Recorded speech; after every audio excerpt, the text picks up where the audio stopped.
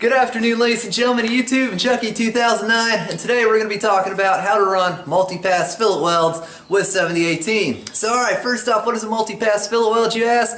Well, for comparison, this is a single pass fillet weld. This is done on some 3/8 plate that I just went ahead and plasma cut out. And as you can see, when you do a single pass fillet weld, as you know, you just start off at one end and you drag your electrode along all the way down to the other end, at which point you call it a day, and all is well. Now this is going to have quite a bit of strength to it, especially because we ran it with 7018, but you know, it could always be stronger. And what happens if you need more strength than the single bead can provide? Well, you're going to want to go ahead and put down a much larger weld. Now there's two common ways to do this. Assuming you're stick welding, you can get a larger electrode and put a lot more amps through it, or you can do what's known as a 3-pass fillet weld, or really however many passes you want. Now the most ridiculous multi-pass weld I ever did was 112 passes, but that's a long story. Anyway, we're just going to be starting off doing some 3-pass fillet welds, and as you can see, this is a 3-bead T-joint, as it's called, and that first pass is completely covered up by the two that followed it. We ran one along the bottom and one along the top, and it lays in there kind of nice and flat, despite the fact I ran out of electrode like a ½ inch, before the end of the joint. I hate when that happens. But anyway, this is a 3-bead T, and this is what I'm going to be showing y'all how to run tonight. Now the cool thing is that once you get the fundamentals of how to run a multi-pass fillet weld, you can carry this out to as many beads as you want.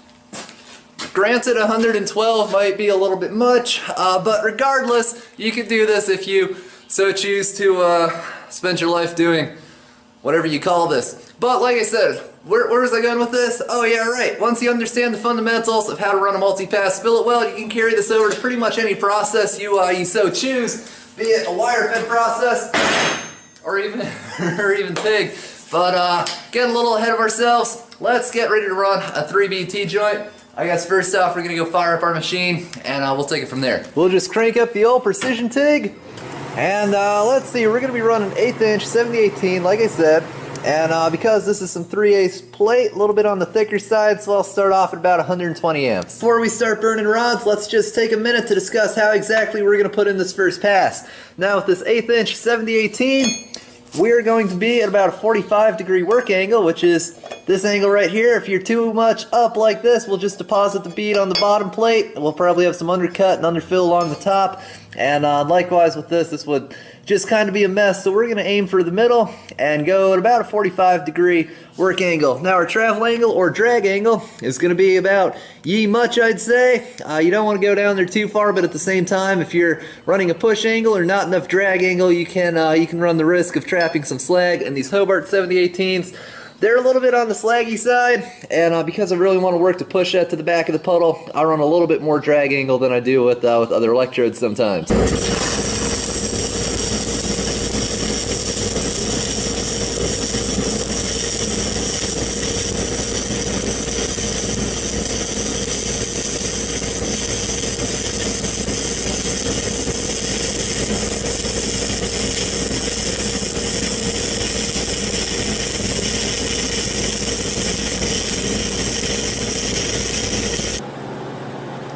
So there's our first pass, YouTube, and I guess this means that now it's time to move on to pass number 2.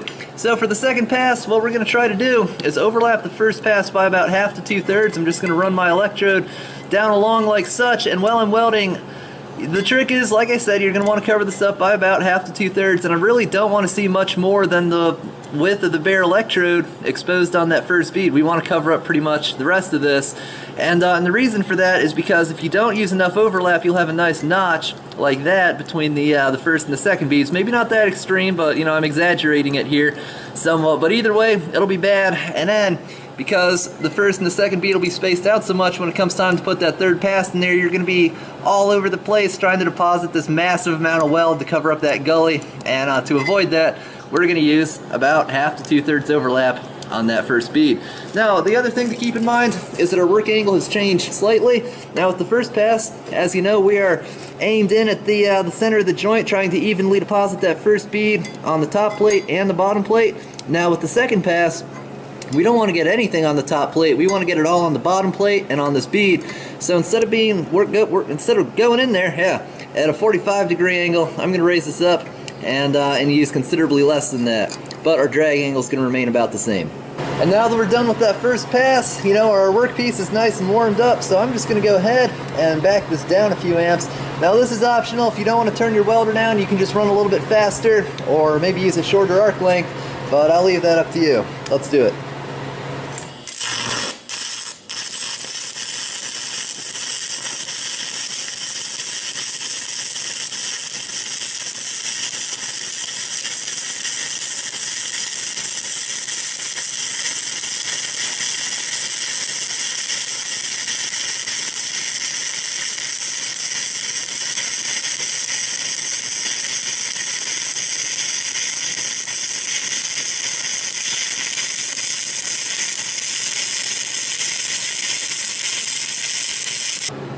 And such is our second pass. Now as you can see at this point in time, it's not a very good looking weld. It's mostly on the bottom plate. It's just looks kind of like a big old mess, but don't worry, we can fix that.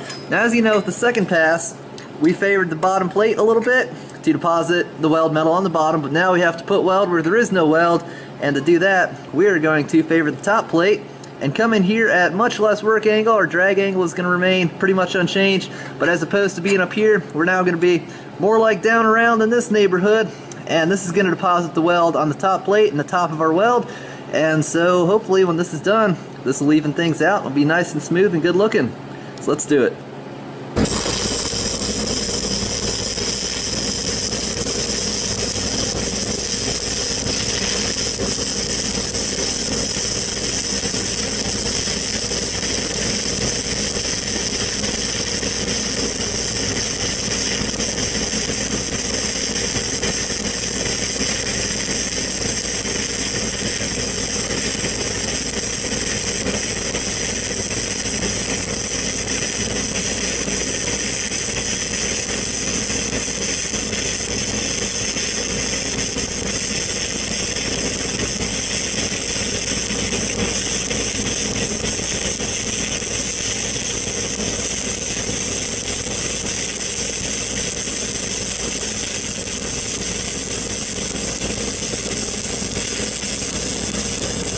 Now as you can see, we don't have any undercut or anything of that nature up along this top toe line, and you'll have problems with undercut and underfill if you run too hot, if you overheat your joint, or if you don't use the right work angle. Like if we come in like this, we'll be putting metal here, and the heat of the arc and the puddle is going to be sucking metal out from this top plate and not putting any back in, because obviously with the angle we're depositing that downwards, and you know that leaves you with a nice unfilled ridge, which you really want to avoid.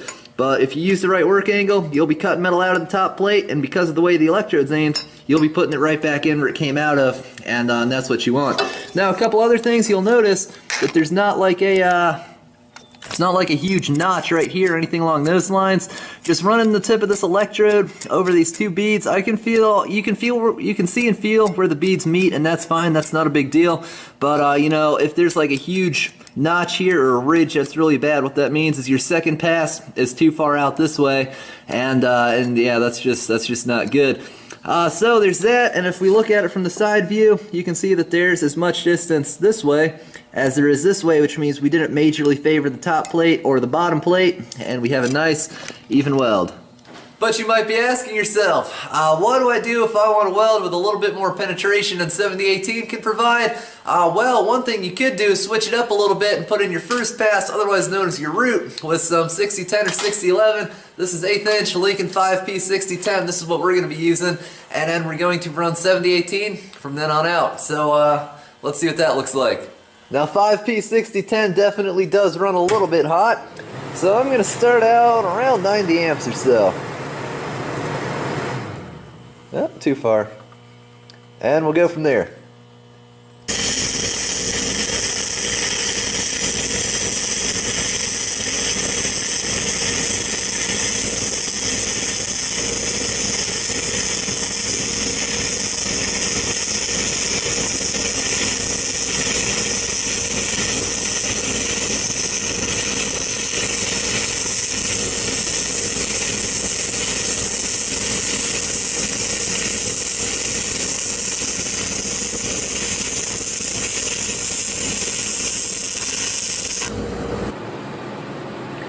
Yeah, that stuff digs pretty deep, YouTube.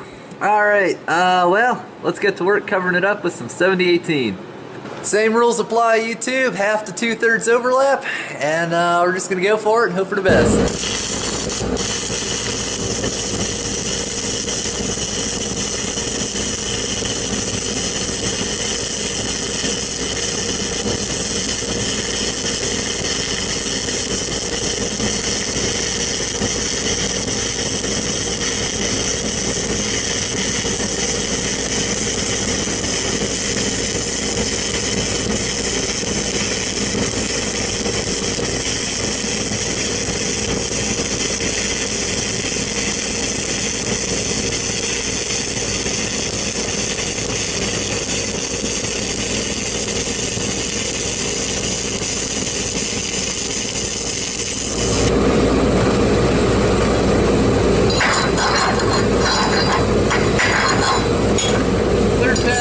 YouTube. Pretty much the same work and drag travel angles as when we did this with 100% 7018.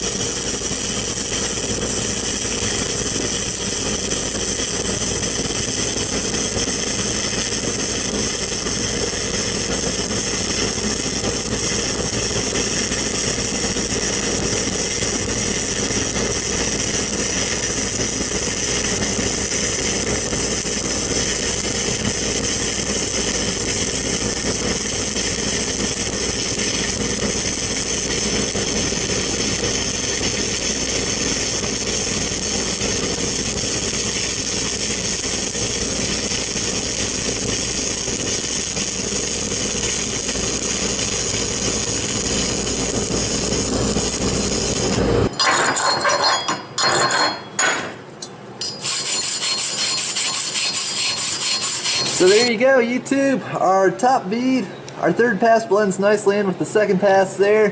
Everything's real nice and smooth. It's a flat weld, and if you look at it from the side view, you can see that there's as much weld on that top plate as there is on the bottom plate. And that's about all there is to it, YouTube. Now, as you may have noticed when I was putting in that third pass, you know, I had this image in my head of where exactly I wanted that bead to lay in there, and then you imagine a halfway point, and you'd think you'd run the electrode down that halfway point, and instead of doing that, I was just above it, just a tiny little bit, not even like 1/8 of an inch or anything, you know, less than that, because I'm counting on gravity to work its magic and pull that bead down. So I was favoring the top plate just a little bit to counteract that. Again, not a huge difference. I wasn't like way up there or anything, just a little bit above that imaginary center line, and that's something that works for me.